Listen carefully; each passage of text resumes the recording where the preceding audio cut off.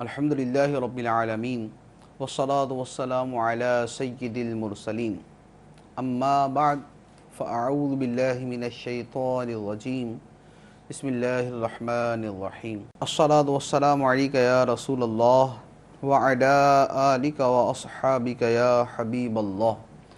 الصلاة والسلام علیک یا نبی اللہ وعلی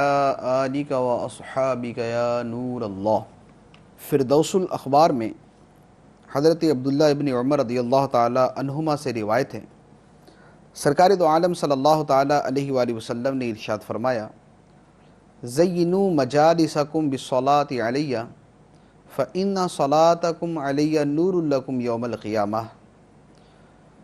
فرمایا کہ اپنی مجلسوں کو مجھ پر درود پڑھ کر آراستہ کرو،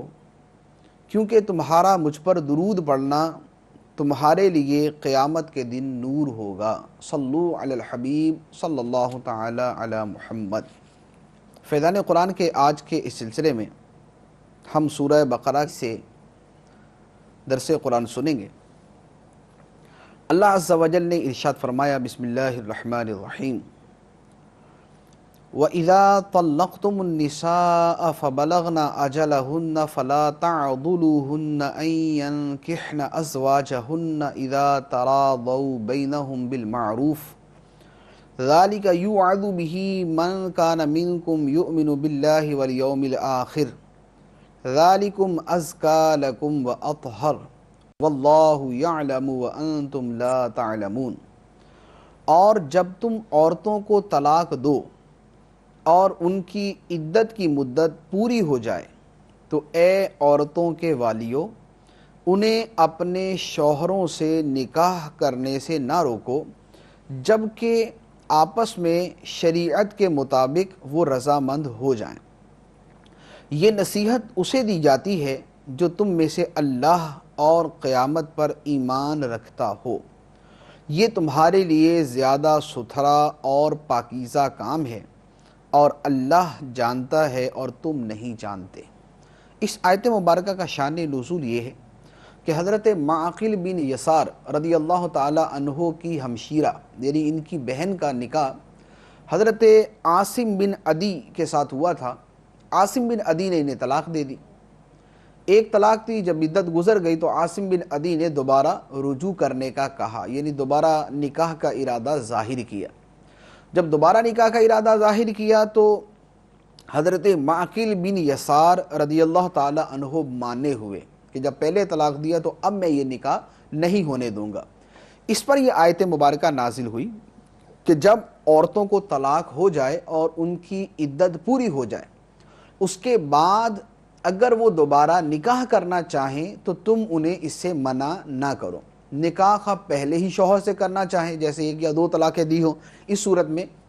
یا پہلے کے علاوہ کسی اور سے نکاح کرنا چاہیں تو تم انہیں نہ روکو، یہ تمہارے لیے بہتر ہے۔ اور اس پر فرمایا کہ ذالکم ازکیٰ لکم واطہر،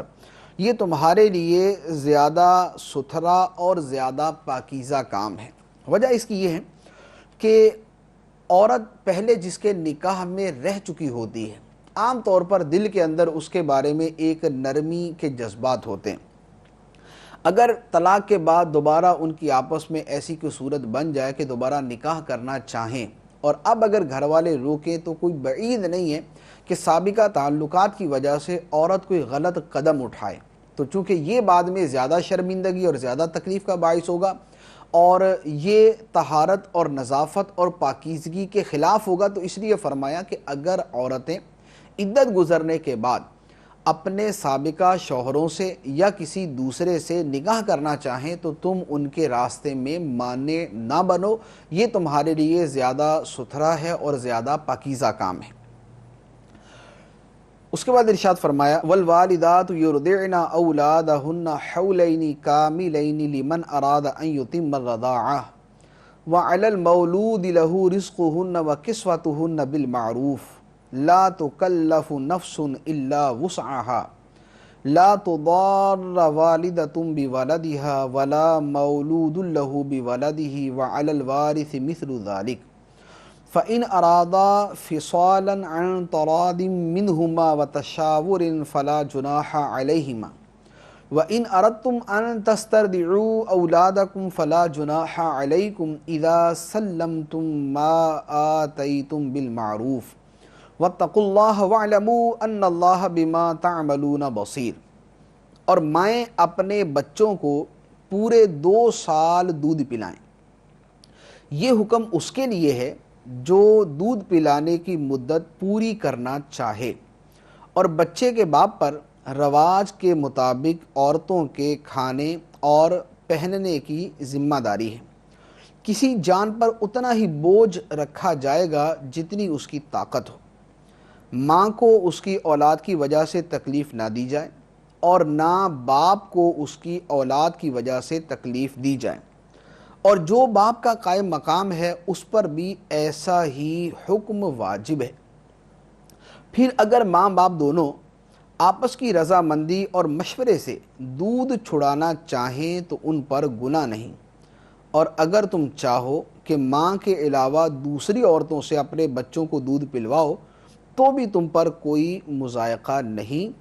جبکہ جو معاوضہ دینا تم نے مقرر کیا ہو وہ بھلائی کے ساتھ ادا کر دو، اور اللہ سے ڈرتے رہو اور جان رکھو کہ اللہ تمہارے کام دیکھ رہا ہے۔ اس آیت مبارکہ میں بچوں کو دودھ پلانے کے حوالے سے متعدد مسائل بیان فرمائے۔ پہلا مسئلہ جو اس آیت مبارکہ سے معلوم ہوا وہ یہ ہے کہ بچوں کو دودھ پلانے کی مدت 2 سال ہے۔ جو اختتامی مدت ہے بچوں کو دودھ پلانے کی، نہیں یہ بچوں کو کب تک دودھ پلایا جا سکتا ہے، زیادہ سے زیادہ 2 سال تک بچے کو دودھ پلایا جا سکتا ہے۔ 2 سال کے بعد دودھ پلانا گناہ ہے۔ بچے کو 2 سال تک دودھ پلانے کی اجازت، یہ کامل مدت۔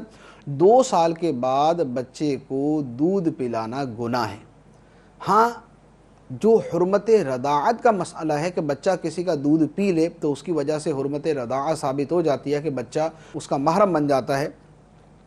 اس کا بیٹا بن جاتا ہے، یا اس کی بچی اس کی بیٹی بن جاتی ہے۔ تو یہ جو صورت ہے یہ ہے 2.5 سال تک، یعنی 2 سال تک دودھ پلانے کی اجازت، اور 2 سال سے لے کر 2.5 سال تک اس مدت میں اگر کسی عورت نے بچے کو دودھ پلایا تو وہ اس کی ماں بن جائے گی، لیکن 2 سال کے بعد دودھ پلانا گناہ تھا،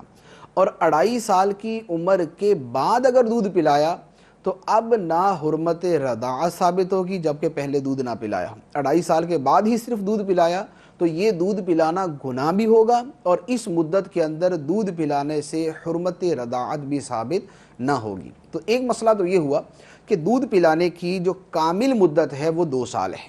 دوسرا مسئلہ یہ ہے اگر 2 سال سے پہلے کو دودھ چھڑوانا چاہے، جیسے 1 سال بچے کو دودھ پلایا تو اب ماں باپ چاہتے ہیں کہ بچے کو دودھ چھڑوا دے کسی بھی مسئلے کی وجہ سے، یا ویسے ہی چھڑوانا چاہیں، تو فرمایا کہ اس کی اجازت ہے۔ فرمایا فَإِنْ أَرَادَا فِصَالًا عَنْ تَرَادٍ مِّنْهُمَا وَتَشَاوُرٍ فَلَا جُنَاحَ عَلَيْهِمَا، کہ اگر وہ اس سے پہلے ہی باہمی مشورے سے دودھ چھڑانا چاہیں تو ان پر کوئی گناہ نہیں۔ تو 2 سال سے پہلے بھی اگر بچے کو دودھ چھڑا دیا تو اس کی اجازت ہے۔ تیسرا مسئلہ یہ ہے کہ اگر ماں باپ یہ چاہیں کہ بچے کو دودھ کسی اور سے پلوائیں، جیسے پہلے زمانے کے اندر بھی ہوتا تھا کہ دایا وغیرہ جو ہے وہ رکھی جاتی تھی اور اس کے ذریعے دودھ پلاتے تھے، یا آج کل کے زمانے میں بھی ہو سکتا ہے کہ کوئی ماں جو ہے وہ بچے کو دودھ نہ پلائے، باپ اور ماں دونوں باہمی رضامندی کے ساتھ کسی اور عورت سے دودھ پلوا لیں، تو اس کی بھی اجازت ہے۔ لیکن اس صورت میں وہ جو دوسری عورت جس سے بچے کو دودھ پلوایا جا رہا ہے اس سے جو معاوضہ مقرر کیا ہو وہ اس کو پورا دینے کا حکم ہے۔ اس کے بارے میں فرمایا وَإِنْ أَرَدْتُمْ أَن تَسْتَرْضِعُوا أَوْلَادَكُمْ، کہ اگر تم چاہو کہ اپنے بچوں کو ماں کے علاوہ کسی اور عورت سے دودھ پلواؤ، فلا جناح علیکم، تو تم پر کوئی حرج نہیں، کوئی گناہ نہیں، اذا سلمتم ما آتیتم بالمعروف، جب تم مقرر کردہ معاوضہ ان کو صحیح طریقے سے ادا کر دو۔ یہ تیسرا مسئلہ۔ چوتھا مسئلہ جو یہاں پر بیان فرمایا گیا وہ فرمایا لا تضار والدۃ بولدها ولا مولود لہ بولدہ۔ اس آیت مبارکہ کے جز کے 2 ترجمے کیے گئے۔ ایک ترجمہ یہ ہے کہ ماں بچے کو ضرر نہ دے، ماں بچے کو تکلیف نہ دے، اور باپ بھی بچے کو تکلیف نہ دے، نہ ماں بچے کو تکلیف دے اور نہ باپ بچے کو تکلیف دے۔ ماں کا بچے کو تکلیف دینا جو ہے وہ یہ ہے کہ اس کو وقت پر دودھ نہ دے، اس کی صحیح طریقے سے نگرانی نہ کرے، اپنے ساتھ مانوس کر لینے کے بعد اس کو چھوڑ دے، یہ ہے ماں کا بچے کو تکلیف دینا۔ اور باپ کا بچے کو تکلیف دینا یہ ہے کہ بچہ جب اپنی ماں سے مانوس ہو چکا اب اسے چھین لے، یہ باپ کی طرف سے بچے کو تکلیف، یا ماں کے حقوق پورا کرنے میں وہ کوتاہی کرے، بچے کی ماں کے حقوق پورا کرنے میں کوتاہی کرے، تو یہ باپ کی طرف سے بچے کو تکلیف دے رہے ہیں۔ اور دوسرا ترجمہ کہ نہ ماں کو تکلیف دی جائے اور نہ باپ کو تکلیف دی جائے اس کے بچے کی وجہ سے۔ اس کی صورت یہ ہے کہ ماں کو بچے کی وجہ سے تکلیف دینا یہ ہے کہ جس صورت میں ماں پر دودھ پلانا ضروری نہیں، اس صورت میں اسے دودھ پلانے پر مجبور کیا جائے۔ اور باپ کو ضرر دینا یہ ہے کہ باپ کی جتنی ذمہ داری بنتی ہے اس سے زیادہ اس پر بوجھ ڈالا جائے، جتنی باپ کی ذمہ داری بچے کے حوالے سے بنتی ہے اس سے زیادہ اس پر بوجھ ڈالا جائے، تو یہ باپ کو اس کے بچے کے ذریعے تکلیف دینا ہے۔ تو اس کے اوپر جو ہے وہ اللہ عز و جل نے مجموعی طور پر ارشاد فرما دیا، لا تکلف نفس الا وسعها، کسی جان پر اتنا ہی بوجھ ڈالا جائے گا جتنی اس کی طاقت ہے، جتنی کسی کی طاقت ہے اس کو اتنی ہی ذمہ داری دی جائے گی، اس سے زیادہ ذمہ داری دینا اس پر زیادتی کرنے کے مترادف۔ اس کے بعد ارشاد فرمایا ایک اور مسئلہ جو اسی آیت مبارکہ میں، وَعَلَى الْوَارِثِ مِثْلُ ذَلِكَ، کہ اگر باپ نہ ہو تو باپ کی جگہ جو وارث بنے گا اس پر بھی وہی ذمہ داری ہوگی جو ذمہ داری کے باپ پر تھی، تو جو باپ کی ذمہ داری ہے وہ اس کے وارث کی طرف منتقل ہو جائے گی۔ اس کے بعد ارشاد فرمایا وَالَّذِينَ يُتَوَفَّوْنَ مِنْكُمْ وَيَذَرُونَ أَزْوَاجًا يَتَرَبَّصْنَ بِأَنفُسِهِنَّ أَرْبَعَةَ أَشْهُرٍ وَعَشْرًا فَإِذَا بَلَغْنَ أَجَلَهُنَّ فَلَا جُنَاحَ عَلَيْكُمْ فِيمَا فَعَلْنَ فِي أَنفُسِهِنَّ بِالْمَعْرُوفِ وَاللَّهُ بِمَا تَعْمَلُونَ خَبِيرٌ، اور تم میں سے جو مر جائیں اور بیویاں چھوڑیں تو وہ بیویاں 4 مہینے اور 10 دن اپنے آپ کو روک کے رکھیں، تو جب وہ اپنی عدت کی اختتامی مدت کو پہنچ جائیں تو اے والیو تم پر اس کام میں کوئی حرج نہیں جو عورتیں اپنے معاملہ میں شریعت کے مطابق کر لیں، اور اللہ تمہارے کاموں سے خبردار ہے۔ یہ آیت مبارکہ جو ہے، اس آیت مبارکہ میں اللہ عز و جل نے اس عورت کی عدت بیان کی ہے جس عورت کا شوہر فوت ہو جائے۔ جس عورت کا شوہر فوت ہو جائے اس کی 2 عدتیں، 2 صورتیں اس کی۔ ایک تو یہ ہے کہ وہ عورت حاملہ ہے، اگر وہ عورت حاملہ ہے تو اس کی عدت اللہ عز و جل نے دوسری آیت مبارکہ میں بیان فرمایا وَأُولَاتُ الْأَحْمَالِ أَجَلُهُنَّ أَن يَضَعْنَ حَمْلَهُنَّ، کہ حمل والیاں ان کی مدت یہ ہے کہ وہ اپنے حمل کو جن دے، یعنی ان کے ہاں بچہ پیدا ہو جائے تو ان کی عدت ختم ہو جائے گی۔ دوسری عدت جو یہاں آیت مبارکہ میں مذکور ہے وہ یہ ہے کہ کسی عورت کا شوہر فوت ہو گیا اور اس عورت کو حمل نہیں، اس صورت میں اس عورت کی عدت ہے 4 مہینے 10 دن۔ 4 مہینے 10 دن اس کی عدت ہے، وہ پورے 4 مہینے گزارے گی اور اس کے اوپر 10 دن گزارے گی تو اس کی عدت ختم ہو جائے گی۔ تو یہ جو 4 مہینے 10 دن کی عدت ہے یہ اس صورت میں ہے کہ جب شوہر کا انتقال چاند کی پہلی تاریخ کو ہوا ہو۔ اگر شوہر کا انتقال چاند کی پہلی تاریخ کے علاوہ ہوا تو اس صورت میں اعلیٰ حضرت علی رحمہ نے فتاوی رضویہ شریف میں بیان فرمایا کہ اس صورت میں عورت مکمل 130 دن عدت گزارے گی، 130 دن مکمل عدت گزارے گی۔ تو یہ عدت کی مدت اس آیت مبارکہ میں بیان ہوئی۔ اب اس کے علاوہ عدت کے پھر دیگر مسائل ہیں کہ دوران عدت عورت گھر سے نہیں نکل سکتی، زیب و زینت اختیار نہیں کرے گی، زیورات نہیں پہنے گی، اور اسی طرح آرائش و زیبائش نہیں کرے گی، بھڑکیلے لباس نہیں پہنے گی، اور بلا ضرورت شدیدہ سر میں تیل نہیں لگائے گی، سرما نہیں لگائے گی، کاجل استعمال نہیں کرے گی۔ تو یہ چیزیں جو ہیں یہ عدت کے دیگر احکام، جس کا شوہر فوت ہو گیا اس کی عدت کے حوالے سے مسائل عرض کیے۔ پھر ارشاد فرمایا وَلَا جُنَاحَ عَلَيْكُمْ فِي مَا عَرَّضْتُمْ بِهِ مِنْ خِطْبَةِ النِّسَاءِ أَوْ أَكْنَنْتُمْ فِي أَنفُسِكُمْ علم اللہ انکم ستذکرونہن ولکن لا تواعدوہن سرا الا ان تقولوا قولا معروفا ولا تعزموا عقدة النکاح حتى يبلغ الكتاب اجلہ واعلموا ان اللہ یعلم ما فی انفسکم فاحذروہ واعلموا ان اللہ غفور حلیم۔ اور تم پر اس بات میں کوئی گناہ نہیں جو اشارے کنایے سے تم عورتوں کو نکاح کا پیغام دو یا اپنے دل میں چھپا رکھو۔ اللہ کو معلوم ہے کہ اب تم ان عورتوں کا تذکرہ کرو گے، لیکن ان سے خفیہ وعدہ نہ کر رکھو مگر یہ کہ شریعت کے مطابق کوئی بات کہہ لو، اور عقد نکاح کو پختہ نہ کرنا جب تک عدت کا لکھا ہوا حکم اپنی اختتامی مدت کو نہ پہنچ جائے، اور جان لو کہ اللہ تمہارے دل کی جانتا ہے تو اس سے ڈرو، اور جان لو کہ اللہ بہت بخشنے والا حلم والا ہے۔ اس آیت مبارکہ میں اس عورت کا بیان ہے جس کا شوہر فوت ہو گیا اور وہ عدت گزار رہی ہے۔ جو عورت عدت میں ہے، عدت وفات کے اندر ہے، اس سے نکاح کرنا یا اسے نکاح کا پیغام دینا، یہ دونوں چیزیں حرام۔ نکاح کا کھلا پیغام دینا یا نکاح کا اسے وعدہ کر لینا یہ حرام ہے۔ اس آیت مبارکہ میں یہ بیان کیا گیا۔ ہاں، اشارے کنایے سے اور پردے کے اندر رکھتے ہوئے بات کرنے کی اجازت ہے۔ جیسے مثال کے طور پہ ایک شخص ہے، کسی عورت کا شوہر فوت ہو گیا اور وہ عورت عدت گزار رہی، دوسرا آدمی اس سے نکاح کرنا چاہتا ہے، تو یہ اسے یوں اس طرح کے الفاظ کہہ سکتا ہے کہ مجھے امید ہے کہ اللہ تبارک و تعالیٰ تمہارے لیے جلد کوئی راستہ نکال دے گا، یا اسے یہ کہہ سکتا ہے کہ میرا نکاح کا ارادہ ہے اور مجھے امید ہے کہ انشاءاللہ چند مہینوں کے اندر اللہ تعالیٰ میرے لیے کوئی راستہ نکال دے گا۔ تو یہ ڈھکے چھپے الفاظ کے اندر گویا اس کو بتا دیا کہ میں تم سے نکاح کرنا چاہتا ہوں۔ تو صراحت کے ساتھ اسے نکاح کا پیغام دینا یہ حرام، اس سے نکاح کا وعدہ کرنا یہ حرام، اور ڈھکے چھپے الفاظ کے اندر اسے نکاح کی بات کہہ دینا اس کی اجازت، اور اسی طرح اپنے دل کے اندر رکھ لینا کہ یہ عدت سے فارغ ہوگی تو میں اسے نکاح کروں گا، اس کی بھی اجازت ہے۔ دوسرا مسئلہ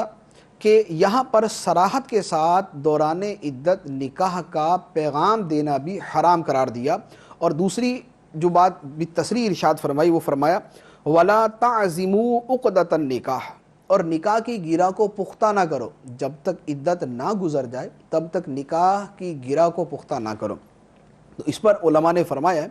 کہ جو دوران عدت نکاح کو حلال جانے وہ کافر ہے۔ تو عدت کے دوران نکاح کا حرام ہونا چونکہ قرآن سے ثابت ہے، لہذا جو اس کا انکار کرے گا اور نکاح کو حلال سمجھے گا وہ کافر ہے۔ اس کے بعد ارشاد فرمایا لا جناح علیکم ان طلقتم النساء ما لم تمسوهن او تفرضوا لهن فریضة ومتعوهن على الموسع قدره وعلى المقتر قدره متاعا بالمعروف حقا على المحسنین۔ اگر تم عورتوں کو طلاق دے دو تو جب تک تم نے انہیں چھوا نہ ہو یا کوئی مہر مقرر نہ کر لیا ہو تب تک تم پر کچھ مطالبہ نہیں، اور ان کو ایک جوڑا برتنے کو دو، مالدار پر اس کی طاقت کے مطابق اور تنگ دست پر اس کی طاقت کے مطابق دینا لازم ہے۔ شرعی دستور کے مطابق انہیں فائدہ پہنچاؤ، یہ بھلائی کرنے والوں پر واجب ہے۔ اس آیت مبارکہ میں مہر کا مسئلہ بیان کیا گیا ہے۔ عورتوں کے مہر جو نکاح کے وقت مقرر ہوتے ہیں اس کے حوالے سے بات کی گئی۔ یہاں اصل میں صورت اس سے مختلف ہے۔ عام طور پہ تو نکاح یوں ہوتا ہے کہ مہر مقرر کیا جاتا ہے کہ اتنے حق مہر کے اوپر نکاح کیا۔ یہاں جو صورت ہے وہ یہ ہے کہ مہر مقرر نہ کیا گیا۔ اس کی دو صورتیں ہوتی ہیں۔ ایک صورت یہ ہے کہ مہر مقرر کیے بغیر نکاح کیا، مہر مقرر کیے بغیر نکاح کیا اور ابھی میاں بیوی میں تنہائی نہ ہوئی اور طلاق ہو گئی۔ مہر مقرر نہیں ہوا، میاں بیوی میں تنہائی نہ ابھی ہوئی نہیں کہ طلاق ہو گئی۔ اس صورت میں شوہر پر بیوی کو ایک جوڑا دینا واجب ہے، جو آیت مبارکہ میں فرمایا گیا وَمَتِّعُوهُنَّ، اور انہیں جوڑا دو، انہیں برتنے کو کچھ دو، جوڑا دو انہیں۔ تو یہ جوڑا تین جو ہے وہ ان کے کپڑوں کے اوپر مشتمل ہوگا، دوپٹہ ہوگا، شلوار ہوگی اور قمیض ہوگی، اور ایسا ہو کہ جو درمیانے درجے کا ہو۔ تو یہ جو ہے وہ شوہروں کے اوپر جو ہے یہ لازم ہے۔ ایک صورت۔ دوسری صورت یہ ہے کہ نکاح ہوا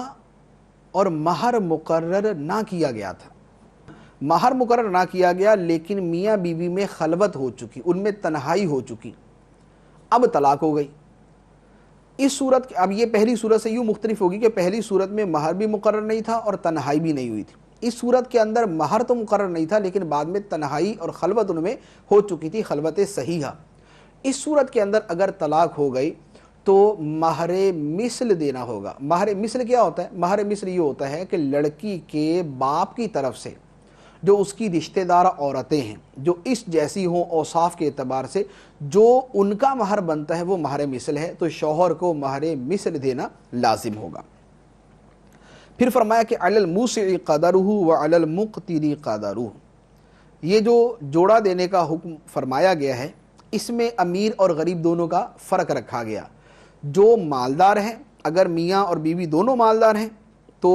جوڑا جو دیا جائے گا وہ اعلیٰ درجے کا دیا جائے گا، اور اگر میاں بیوی دونوں غریب ہیں تو جوڑا ادنا قسم کا دیا جائے گا، اور اگر میاں اور بیوی دونوں میں سے کوئی ایک مالدار ہے اور ایک غریب ہے تو اس صورت میں درمیانے درجے کا جوڑا دیا جائے گا۔ اور اس پر فرمایا حقا علی المحسنین، یہ جوڑا دینا بھلائی کرنے والوں کے اوپر واجب ہے۔ اس کے بعد ارشاد فرمایا وَإِن طَلَّقْتُمُوهُنَّ مِن قَبْلِ أَن تَمَسُّوهُنَّ وَقَدْ فَرَضْتُمْ لَهُنَّ فَرِيضَةً فَنِصْفُ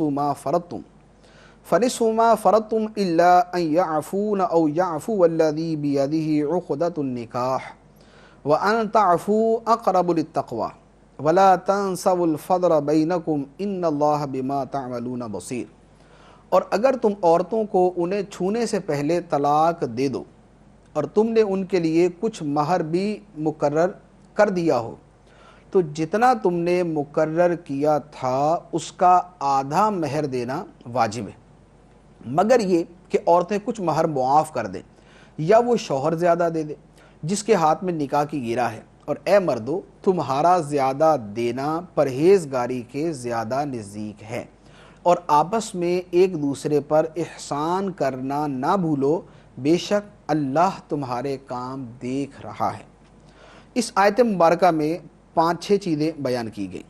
یہاں پر بھی پہلا مسئلہ تو مہر کے متعلق ہی بیان کیا گیا۔ مہر کا مسئلہ یہ ہے کہ نکاح ہوا، مہر مقرر ہوا، میاں بیوی میں تنہائی اور خلوت صحیحہ نہ ہوئی اور طلاق ہو گئی،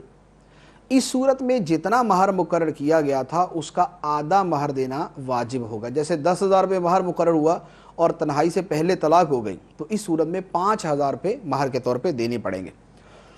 ہاں یہ ہو سکتا ہے کہ عورت مہر معاف کر دے، جو 5,000 روپے اس کو مہر کے اس کے بنتے ہیں وہ بھی معاف کر دے، اس کا کچھ حصہ معاف کر دے تو اس کو اجازت، یا شوہر 5,000 کی جگہ 10,000 ہی دے دے کہ آدھا مہر کی بجائے پورا ہی دے دے تو یہ اس کی بھی اجازت۔ اور افضل یہ ہے کہ شوہر کی طرف سے اضافہ ہو، یعنی اس کا آدھا مہر جو بنتا ہے وہ اس سے زیادہ دے دے، یہ اس کے لیے بہتر ہے۔ اور اس کو فرمایا کہ وَأَن تَعْفُوا أَقْرَبُ لِلتَّقْوَى، کہ اے مردو تمہارا زیادہ کر دینا یہ تقوی کے زیادہ قریب۔ تقوی کے زیادہ قریب کیوں ہے؟ اس لیے کہ عام طور پہ جب طلاق ہوتی ہے تو اس کے بعد تو دونوں کے دل میں ایسی نفرت اور ایسی دشمنی بیٹھتی ہے کہ ایک دوسرے کو مارنے کو تلے ہوتے ہیں۔ اس وقت اللہ عز و جل یہ ارشاد فرما رہا ہے کہ اے مردو تمہارا ان کو زیادہ دینا یہ تقوی کے زیادہ قریب ہے، کیونکہ مرد عام طور پہ عورت کو تکلیف پہنچانے پر زیادہ قدرت رکھتا ہے، اس کو بدنام کر سکتا ہے، اس کو ادھر ادھر اس کی باتیں پہنچا سکتا ہے، آگے کسی جگہ اس کا نکاح نہ ہونے دے وہاں باتیں پہنچاتا رہے، اس طرح کی حرکتیں کر سکتا ہے۔ تو فرمایا کہ تمہارا ان پر احسان کرنا اور تمہارا انہیں زیادہ دے دینا یہ تقوی کے زیادہ نزدیک ہے۔ اور پھر فرمایا وَلَا تَنْسَوُا الْفَضْلَ بَيْنَكُمْ، اور آپس کے اندر احسان کرنا نہ بھولو، آپس کے اندر احسان کرنا نہ بھولو۔ یہ قرآن پاک کی وہ تعلیم ہے کہ آپ اس تعلیم کا مقام دیکھیں کہ یہ تعلیم کب فرمائی جا رہی ہے کہ ایک دوسرے پر احسان کرنا نہ بھولو۔ کہاں پر؟ جہاں طلاق ہو چکی، ایک دوسرے سے اب نفرت، بغض، کینہ اور انتقام کی فضا پیدا ہو چکی ہے، وہاں اللہ عز و جل فرماتا ہے کہ اگرچہ تمہارے درمیان جدائی ہو چکی اور تم ایک دوسرے سے علیحدہ ہو گئے، مگر یہاں پر بھی آپس میں ایک دوسرے پر احسان کرنا نہ بھولو، بے شک اللہ تمہارے اعمال سے خبردار ہے۔ یہ تمہارے جو ہے وہ احسان، تم اگر ظلم کرو گے تو بھی اللہ تعالیٰ اسے دیکھ رہا ہے، اور اگر تم آپس میں احسان کرو گے تو بھی اللہ تعالیٰ اسے دیکھ رہا ہے۔ پھر فرمایا حافظوا علی الصلاوات والصلاة الوسطی وقوموا للہ قانتین، تمام نمازوں کی پابندی کرو اور خصوصاً درمیانی نماز کی، اور اللہ کے حضور ادب سے کھڑے ہوا کرو۔ مسائل طلاق کے چل لیں، درمیان میں نماز کا ذکر آ گیا۔ مقصد کیا؟ مقصد یہ ہے کہ یہ معاشرتی معاملات اور یہ صلح و صفائی اور لڑائی جھگڑے، یہ سارے کے سارے ایک زندگی کے اندر یہ معاملات چلتے رہتے ہیں۔ تم کسی حال میں اللہ کی عبادت سے غافل نہ ہونا، دنیاوی معاملات میں پڑھ کر اور ان کے اندر منہمک ہو کر تم اللہ کی یاد سے اور نماز سے غافل نہیں ہو جانا، بلکہ ہر حال میں اللہ تعالیٰ کو یاد کرتے رہنا، نماز کی محافظت کرنا۔ نماز کی محافظت کیا؟ پابندی کے ساتھ پڑھی جائے، پانچوں نمازیں پڑھی جائیں، ظاہری باطنی آداب کے ساتھ پڑھی جائے، مرد جو ہے وہ جماعت کے ساتھ پڑھے، تو ان تمام آداب کا خیال رکھا جائے، اور خصوصاً درمیانی نماز کا خیال رکھو۔ درمیانی نماز سے مراد ہے عصر کی نماز، بخاری شریف میں صراحت کے ساتھ ہے کہ اس سے عصر کی نماز مراد ہے۔ عصر کی نماز کی بطور خاص تاکید کیوں ہے؟ ظاہری طور پر علماء نے اس کی دو وجہ بیان کی۔ ایک وجہ یہ بیان کی ہے کہ عصر کی نماز میں صبح و شام کے فرشتے جمع ہوتے ہیں، صبح کو آتے ہیں جو شام کو جاتے ہیں، شام کو آتے ہیں جو صبح کو جاتے ہیں، تو عصر کی نماز میں یہ فرشتے جمع ہوتے ہیں، تو اس نماز کا بطور خاص اہتمام کرنے کا فرمایا۔ دوسری بات یہ فرمائی ہے کہ چونکہ عصر کی نماز کا جو وقت ہے یہ کاروباری مصروفیات کا وقت ہوتا ہے، اس وقت کاروبار اپنے عروج پر ہوتا ہے، دنیا بھر کے اندر مارکیٹ کے اندر جو ہے عصر کا ٹائم جو ہے یہ بطور خاص جو ہے یہ خرید و فروخت کا ہے، تو چونکہ یہ غفلت کا وقت ہے، اس لیے اللہ عز و جل نے فرمایا کہ اس غفلت کے وقت میں جو نماز تم پر لازم کی گئی ہے اس نماز کا بطور خاص خیال رکھو۔ وقوموا للہ قانتین، اور اللہ کی بارگاہ میں ادب سے کھڑے ہوا کرو، یعنی ادب سے کھڑے ہونا، تو اس سے ہی پتہ چلا کہ نماز کے اندر وہ کھڑے ہونے کے تمام طریقے جس میں بے ادبی کا پہلو نمایاں ہو تو اس سے منع کیا گیا، اللہ کی بارگاہ میں ادب کے ساتھ کھڑے ہونا۔ اسی لیے امام اعظم رضی اللہ تعالی عنہ نے فقہ حنفی کے اندر یہ مسئلہ بیان فرمایا کہ نماز کے اندر جو ہے وہ پاؤں کے درمیان اتنا فاصلہ کیا جائے کہ جو ادب کے پہلو کو نمایاں کریں، اور جس انداز سے بے ادبی کا پہلو نمایاں ہوتا اس سے منع کیا گیا۔ اسی آیت مبارکہ سے نماز کے اندر گفتگو کرنا یہ منع کیا گیا تھا۔ پہلے نماز کے اندر گفتگو کرنے کی بھی اجازت ہوا کرتی تھی کہ دوران نماز بھی آپس میں تھوڑی بہت کوئی متعلقہ بات کر لیتے تھے، جب یہ آیت مبارکہ نازل ہوئی تو نماز میں گفتگو کرنا بھی منسوخ ہو گیا تھا۔ اس کے بعد ارشاد فرمایا فَإِنْ خِفْتُمْ فَرِجَالًا أَوْ رُكْبَانًا فَإِذَا أَمِنْتُمْ فَاذْكُرُوا اللَّهَ كَمَا عَلَّمَكُمْ مَا لَمْ تَكُونُوا تَعْلَمُونَ، پھر اگر تم خوف کی حالت میں ہو تو پیدل یا سوار جیسے ممکن ہو نماز پڑھ لو، پھر جب حالت اطمینان میں ہو جاؤ تو اللہ کو یاد کرو جیسا اس نے تمہیں سکھایا ہے جو تم نہ جانتے تھے۔ یہاں پر حالت خوف کا بیان ہے۔ حالت خوف دو طرح کی ہے، ایک حالت خوف آگے جا کے آئے گی، اس میں یہ ہے کہ دشمن سے مقابلہ ہے، مسلمان لشکر بھی وہاں پر موجود ہے، سارے نماز پڑھیں گے تو دشمن حملہ کر دے گا، تو پھر وہاں پر ایک طریقہ بیان کیا گیا ہے کہ امام کے پیچھے آدھی جو ہے وہ آدھا لشکر نماز پڑھے، آدھی نماز، پھر وہ چلا جائے اور دوسرا لشکر کا حصہ آ جائے، وہ آ کے بقیہ نماز پڑھے، پھر یہ اپنی مکمل کرے، پھر وہ بھی آ کے اپنی مکمل کر لے، یہ ایک طریقہ۔ دوسرا طریقہ جو نماز خوف کی ایک اور حالت ہے وہ یہ ہے کہ بعض اوقات ایسا ہے کہ درندے کا یا دشمن کا ایسا خوف ہے کہ آدمی کسی جگہ ٹھہر ہی نہیں سکتا، چل چلاؤ ہے، گاڑی میں ہے، سواری پر ہے، سواری چل رہی ہے، نماز کا وقت ہے، پیچھے دشمن لگا ہوا، درندہ لگا ہوا، اب کیا کرے؟ تو اس صورت میں فرمایا کہ جب ایسی خوف کی حالت ہو تو آدمی سواری کے چلتے ہوئے ہی نماز پڑھ، چلتے ہوئے سواری پر سوار جیسے بھی ممکن ہو نماز پڑھ لے، اور جدھر اس کا منہ ہے ادھر ہی وہی اس کا قبلہ ہے، اس وقت قبلے کی طرف منہ کرنا شرط نہیں رہے گا۔ تو اس آیت مبارکہ سے ایک تو حالت خوف میں نماز پڑھنے کا پتہ چلا، دوسرا اس سے یہ بھی پتہ چلا کہ نماز اللہ کی بارگاہ میں کتنا اہم ترین فریضہ ہے کہ درندے پیچھے لگے ہوئے یا دشمن پیچھے لگے ہوئے اس حال میں بھی نماز کو معاف نہیں فرمایا، یہی فرمایا کہ نماز پڑھو جیسے ممکن ہو۔ فَإِنْ خِفْتُمْ فَرِجَالًا أَوْ رُكْبَانًا، جب تم حالت خوف میں ہو تو پیدل یا سوار جیسے ممکن ہو نماز پڑھ لو۔ تو اب ان لوگوں پر افسوس ہے کہ اللہ عز و جل نماز کی ایسی تاکید فرمائے کہ حالت خوف میں بھی نماز پڑھنے کا طریقہ بیان فرما دیا، اور لوگوں کی یہ حالت ہو کہ گھر میں بیٹھے ہوئے اپنی سستی کی وجہ سے نماز نہ پڑھیں۔ اللہ عز و جل ہمیں نماز پڑھنے کی توفیق عطا فرمائے۔ اللہ عز و جل اپنے پیارے حبیب صلی اللہ تعالیٰ علیہ وآلہ وسلم کے صدقے اس درس میں جو کچھ سنا، بیان کیا، اسے یاد رکھنے، اس پر عمل کرنے کی توفیق عطا فرمائے۔ آمین بجاہ النبی الامین صلی اللہ تعالیٰ علیہ وسلم۔